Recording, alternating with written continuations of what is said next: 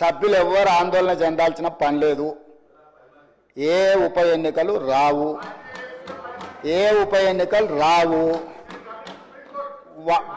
వారు వారి ఉప ఎన్నికలు వారు కోరుకున్నా రావు.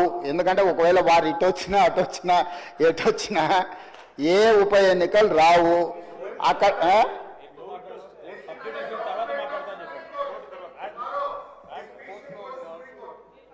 అదేవిధంగా హరీష్ రావు గారు బాగా గుర్తు చేశారు.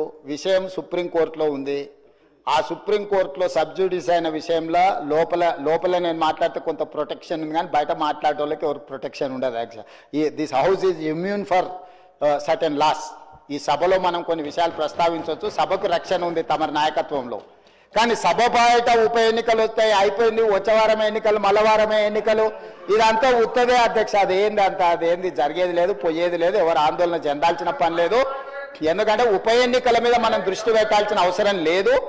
అభివృద్ధి మీద నేను ఎందుకు ఇవన్నీ విషయాలు చెప్తున్నా అధ్యక్ష తమ ద్వారా అంటే, మా దృష్టి ఎన్నికలు ఉప ఎన్నికల మీద లేదు, మా దృష్టి రాష్ట్ర అభివృద్ధి మీద, రాష్ట్ర సంక్షేమం. Subscribe us and press the bell icon for more interesting updates.